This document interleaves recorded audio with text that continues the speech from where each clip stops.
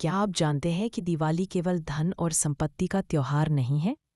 बहुत समय पहले जब ब्रह्मांड में न सूरज था, न चांद, न तारे और न जीवन, केवल अंधकार फैला हुआ था। उस अंधकार को अपनी शक्ति पर इतना घमंड था कि वह स्वयं को सृष्टि का स्वामी मानता था और उसका साम्राज्य इतना प्रबल था कि देवता, असुर और मनुष्य सभी उसके अधीन हो गए थे। सृष्टि स्थिर और नीरस हो गई थी। देवताओं ने भगवान विष्णु से प्रार्थना की कि वे इस अंधकार को समाप्त करें और संसार में प्रकाश और जीवन का संचार करें।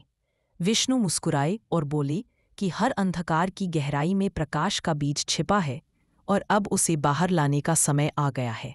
तब देवताओं और असुरों ने मिलकर क्षीर सागर का मंथन किया। पर्वत मंदराचल को मथनी और वासुकी नाग को रस्सी बनाया गया। मंथन आरंभ हुआ और समुद्र से पहले विष निकला, जिसे महादेव ने अपने कंठ में धारण किया।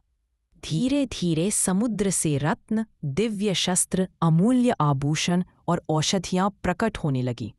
अंत में समुद्र की गहराई से प्रकट हुए भगवान धन्वंतरी अमृत कलश लिए हुए। उनके प्रकट होते ही देवताओं में उत्साह की लहर दौड़ गई। इसी बीच समुद्र से दिव्य आभा फैली और उसी आभा में से प्रकट हुई माता लक्ष्मी, जिनके हाथों में कमल और चारों ओर स्वर्ण प्रकाश झर रहा था।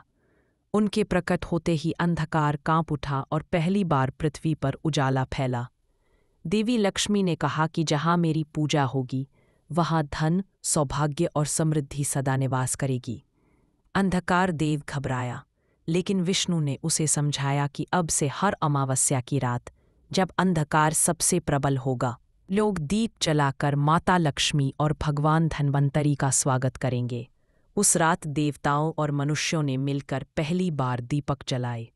घर घर, गलियों और नगरों में उजाला फैल गया।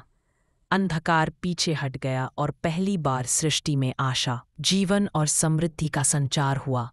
इस घटना से ही धनतेरस और दीपावली का पर्व स्थापित हुआ। धनतेरस के दिन लोग स्वास्थ्य और समृद्धि के लिए भगवान धन्वंतरी और माता लक्ष्मी की पूजा करते हैं। दीपावली पर घर घर दीप जलाए जाते हैं, मिठाइयाँ बांटी जाती हैं और अंधकार पर प्रकाश की विजय का उत्सव मनाया जाता है। दीपावली केवल धन का त्योहार नहीं है, यह विश्वास, भक्ति और अंधकार पर प्रकाश की जीत का प्रतीक है।